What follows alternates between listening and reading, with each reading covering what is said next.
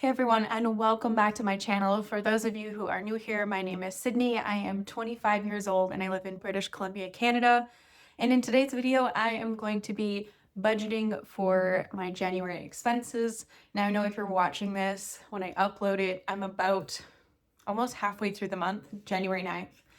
And I know you're going to be like, why didn't you do this in the beginning of the month? I actually did this in the beginning of the month, but the reason I'm filming this now was because I was at work for the majority of those days. I just got home the other night. So I'm filming this now, but I've already budgeted for January. It's well on its way. So I'm going to be sharing how I budgeted my paychecks for January and where I'm at for a mid-month mark. So without further ado, let's dive into the video.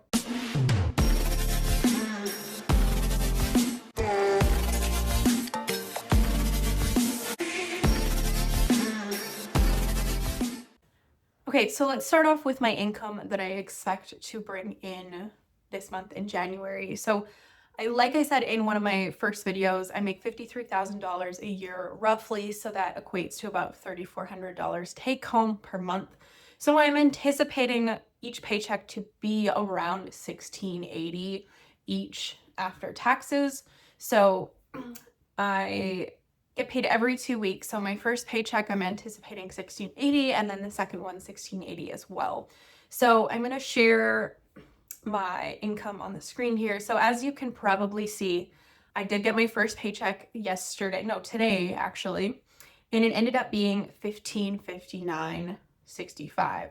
So I want to talk about a couple of things here because you're probably like, that's a little bit lower than your $1,680. And one of the reasons for that is because I have my employer contribution set up for my pension. So $81.95 got taken off of that before it even landed in my account, going towards that investment, which gets matched by 6% by my employer. So it really would have been a little bit closer to that $1,680 mark. And I originally put it at $1,680 because I go and manually track my portion of my employer contribution. So really it's $1,600. If that makes sense, I'll go and deduct that investment on my spreadsheet here just to make things easier for myself. And I like to be able to track that. Whereas I could have easily just put, I expected to get $1,600 roughly for the month, if that makes sense. So that is what I intend to bring in on a bi-weekly basis. And then as you can see there as well, I had a rollover from my previous month, which was about $1,200. And that was for a couple different reasons. I had some Christmas money come in December. And that is in my rollover account. So I use that to pay off some expenses going into January as well. Now let's dive into my essential expenses and talk about this. So far, I have had rent for January. I have already paid this, that being $960. I split this cost with my roommate, so she pays the other half as well. And then I anticipate to pay my gym membership, which works out to $26.24 bi-weekly. So that first payment should be coming out in the next few days. So that will be coming off of my first paycheck here. And then I will also be having my car payment, so $243 bi-weekly, so $486 for the entire month. And then my phone bill, $110, which I budgeted, but it came out to about $112 this month. So I have already paid that from today's paycheck. And my car insurance is about $138, and that should also be coming out in the coming days.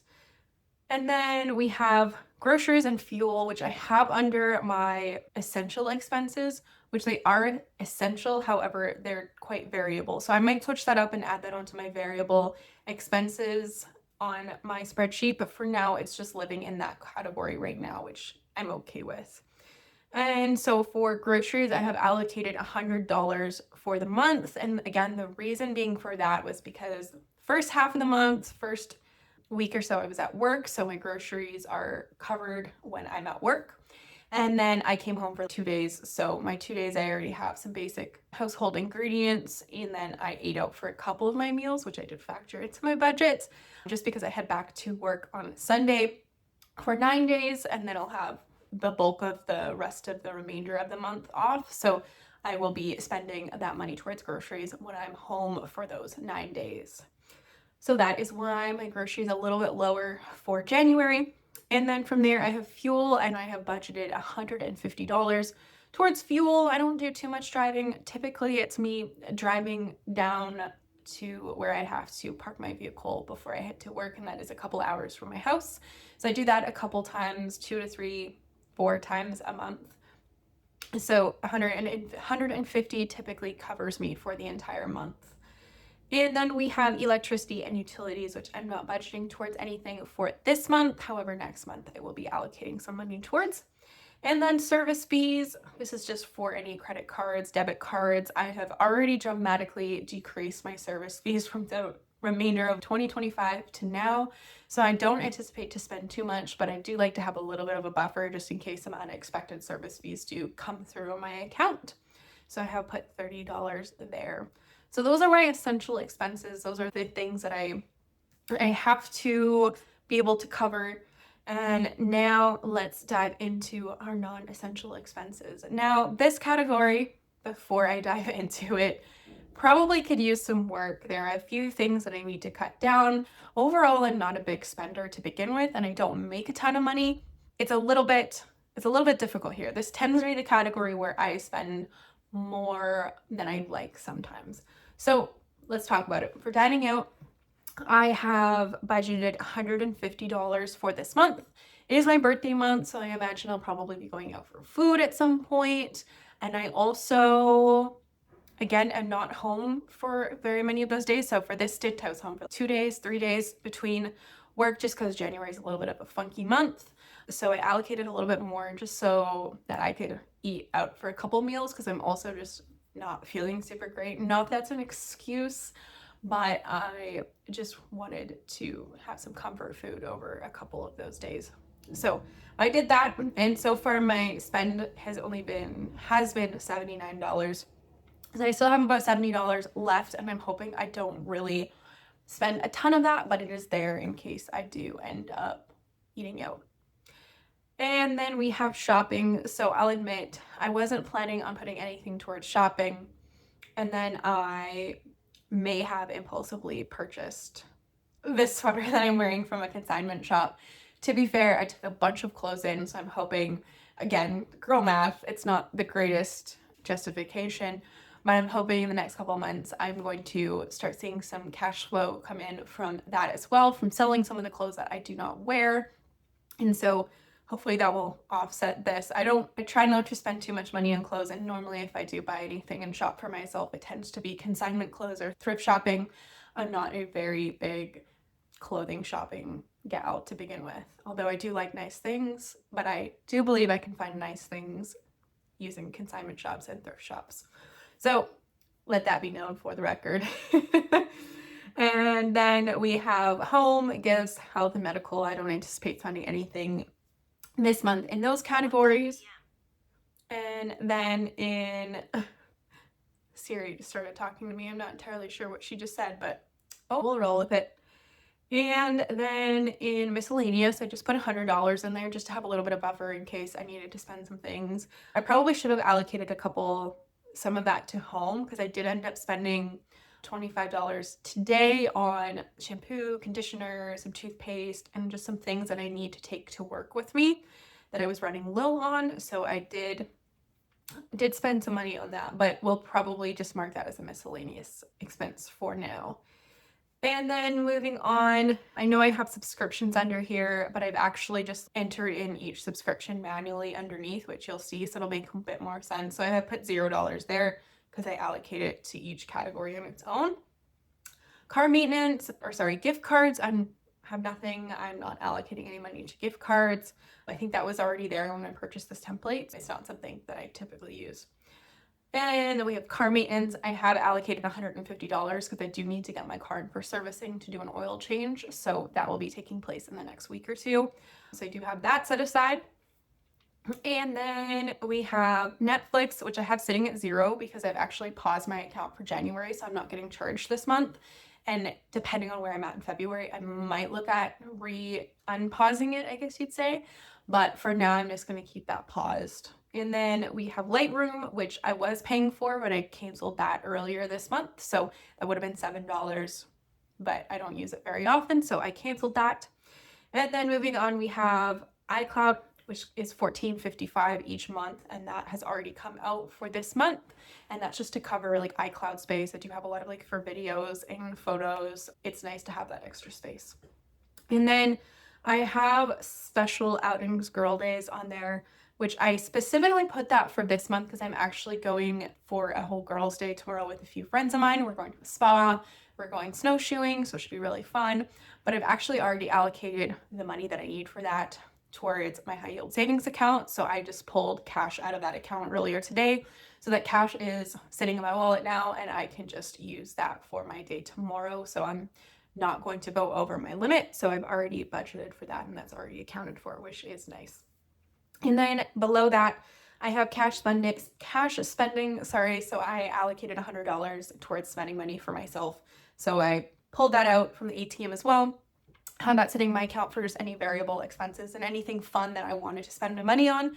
So I actually used a portion of that for buying a tripod for creating videos. So even though that was like fun, it was more like an investment into YouTube as well for myself. So I did that, and I'm not, anything that's spent with cash, I'm not putting on my income and expense sheet where I track all my expenses because I'm just considering that part of my cash. So I already took the cash out 100, so it's reflected there that I've taken out $100.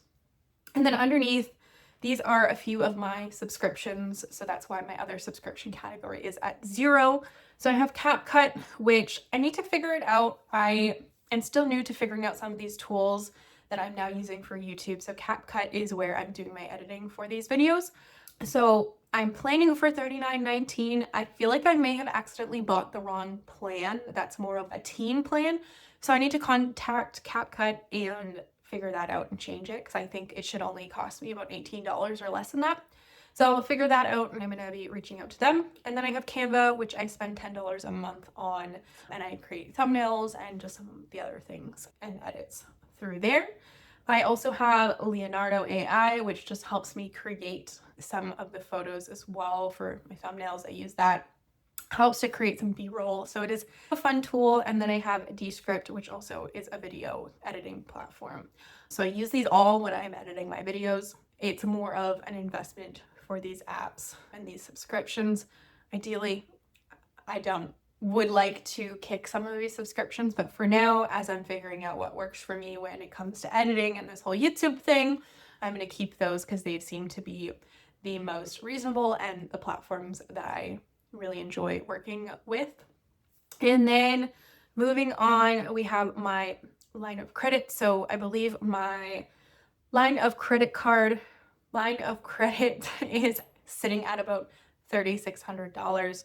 So I'm allocating my minimum payment, which is $80 a month, and then I will put any extra money in there. So I've allocated $90. That covers my minimum, puts a few extra bucks in, and then next paycheck I'll probably allocate another $90. So I'm actually paying a significant amount more than my just minimum payment. I do want to get that paid off as soon as possible, because I'm hoping in the next year and a half that I can pay that off, unless I get some extra payment somehow or income comes in through another way. Then that will go straight to my line of credit and I will pay that off. And then next from there, we have my car loan, which I'm not putting anything under this category. As you saw in my fixed expenses, it shows my $243 car payment bi-weekly. So that is going towards that car loan. So those are the two forms of debt that I have. Otherwise, the rest of my money, as you'll see here, is going towards savings. So I have an emergency savings account. I have a high yield savings account. I have a travel account, and then I have my rollover account as well, just to make it easy for myself. So emergency savings this month, I actually put $50 towards.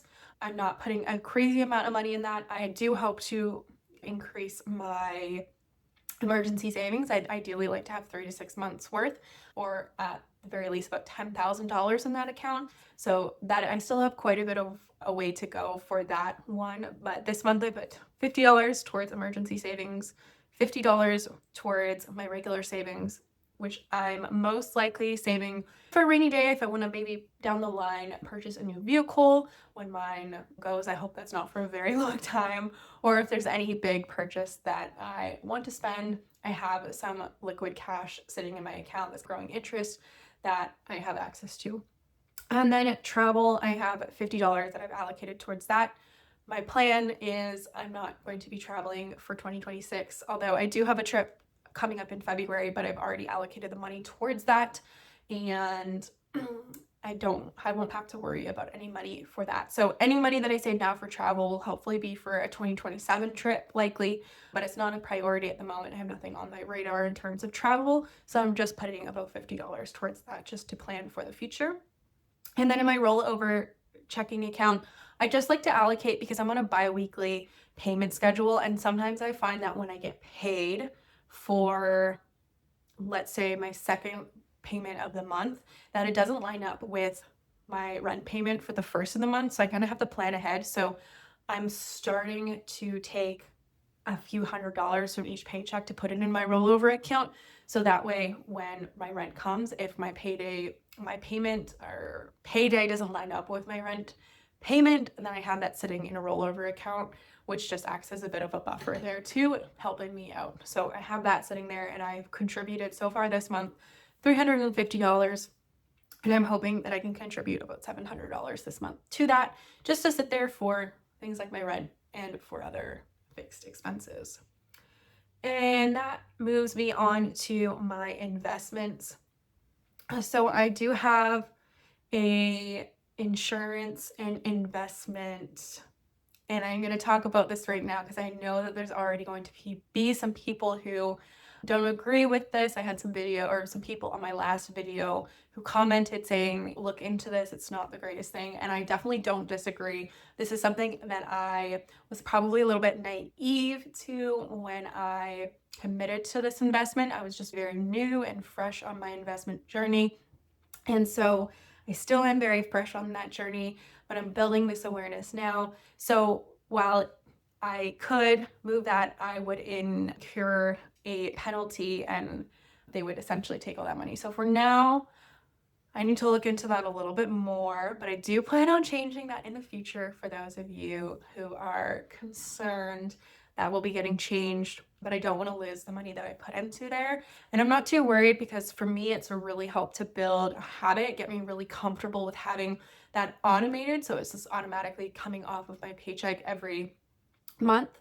So that is $250 towards that. So $150 or so goes towards my investment portion of that, and then the rest goes towards the premium for my insurance. So while that's not my favorite or the best investment, it's just been really great to help build that habit. And again, I will be changing that in the future. So please don't come at me in the comments. Number 2, I have my tax-free savings account. So this is my priority investment that I'm putting most of my investment contributions towards in 2026. I would ideally love to max this out as we have about a $7,000 contribution room limit for this year, and I've never maxed it out. However, I have about $300 from my one TFSA account that automatically gets taken off and gets put into this one TFSA account, and then I have another one which I'll talk about. So I anticipate about just over $4,000 going towards that by the end of this year. And again, my goal over the next couple of years will be to increase my income and hopefully allocate as much as I can to max that out. I still have quite a bit of room from when I turned 18 until now because I truly wasn't investing into my TFSA before. So that is something to keep in mind too. I'm very new on this journey and it's very exciting, but I'm definitely not where I'd like to be, and I'm not where a lot of people here on YouTube are at. So it's not glamorous, but this is real life and I'm excited for this journey, but it's certainly not perfect. So tax-free savings account, I have $300 going to that right now. So that automatically comes off of my paycheck every month. And then I have my employer contribution. So I contribute $163 per month, and it works out to about $81.95 per paycheck. And every paycheck, my employer contributes 6%, which is about $122. And it works out to about $244 for them. So overall, it's about $410 every month. And so far, I have contributed $81.95 this month as of today, it came off today's paycheck. So then moving on, we have my Wealth Simple first-time homebuyer savings account. So this is new for me. Again, I just opened this up a couple months ago, and this is for anybody who is looking to purchase a home. I don't have it as like a huge priority goal for me. I'm very content renting because I feel like for myself, I'll save a lot of money. I don't really want to have the overhead of all the expenses. However, I know that future Sydney might think differently. Anything can change. So I am still allocating some money towards that because it is a tax-free account. So there are some advantages to putting money in there anyways. Right now I'm taking advantage of that. And every month I'm hoping to put about $100 in, so about $1,200 by the end of the month. Again, I don't have a lot to work with, but I'm working with what I can. So I have about $100 going towards that, and I have allocated that $100 already for the month of January to my first-time homebuyer savings account. And I believe the contribution limit for the year, for the year is $8,000. Again, I don't anticipate maxing that out this year, but maybe down the line in the future would be really wonderful. But for now, I'm just doing what I can. And then moving on from there, you'll see I have a few other accounts that I have open, but I'm not really contributing to. They're just sitting there. They're not ones that are a priority. I opened a couple of them when I was quite young. I need to look into them and probably condense and get rid of some of them, but I just like having them on there so I can see what's going on. And then, like I said, I have another tax-free savings account, and this is one that I manage myself, and I have my own stocks and index funds that I have chosen as I'm learning and navigating the investments and just stock market in general. So I put in $50 for that every month, and so I've already allocated $50 towards that. Again, if I get any extra money and after debt and everything is taken care of, I would like to contribute that to my tax-free savings account. And then, as you'll see there, I also have my employer contribution, the 6%, that I'm not including in the income. However, or getting deducted off my income. However, I just want that so that I can see my progress over the year and see how their contribution adds up, just so I can have kind of a view of everything coming in towards my retirement and into my accounts. So with all that being said, so far my plan, if we're breaking it down in terms of percentage of my income summary, for essential expenses, that looks to be 43% of my income for January. And then non-essential expenses is 14% for January. And then if we're going to savings, investments, and debt, you'll see it's about 17% going towards savings and 23% going towards investments, and then 1.93% going towards debt, and that would just account for my line of credit. That's not taking into account the car payment, as the car payment is put under my essential expenses. So there is a portion of my debt that is under the essential expenses. So with that all being said, that is how I'm planning to spend my money for January. I hope this video was helpful for you. I'm not perfect. I'm still trying to figure it out myself, as I'm fairly new in my investment and savings journey. But my goal this year for 2026 is to definitely save and invest as much as I can. And so I'm trying to live significantly below my means. And if I am spending money, I'm spending money as consciously as possible and being as intentional with my purchases as possible, as I know that from my previous spending habits in the past, I have been very spontaneous. So I'm trying to mitigate some of those spontaneous payments and spending habits to be more planned and thoughtful, so that I'm actually spending money on things that add value to my life and things that I really love. So with that being said, thank you so much for watching. I hope this video was helpful. I'm so sorry that I'm under the weather and definitely feeling quite drained, but I wanted to make sure I got this video out, as this is one of my goals for January, to post this video. I will also be posting at the end of the month what my actual spending was for January in total. So if you want to see that, stay tuned. But thank you again for watching.